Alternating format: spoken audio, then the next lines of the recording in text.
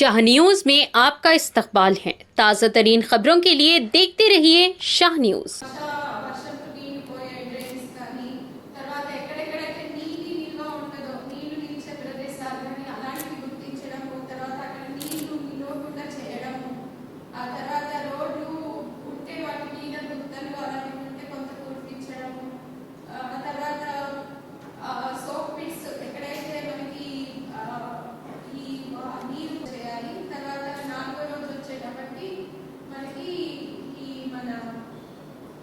Seasonal disease ఉంటుంది. Already మన జిల్లాలో 1-2 అట్లా కొంత డెంగ్యూ కేసెస్ రిపోర్ట్ అవుతున్నాయి.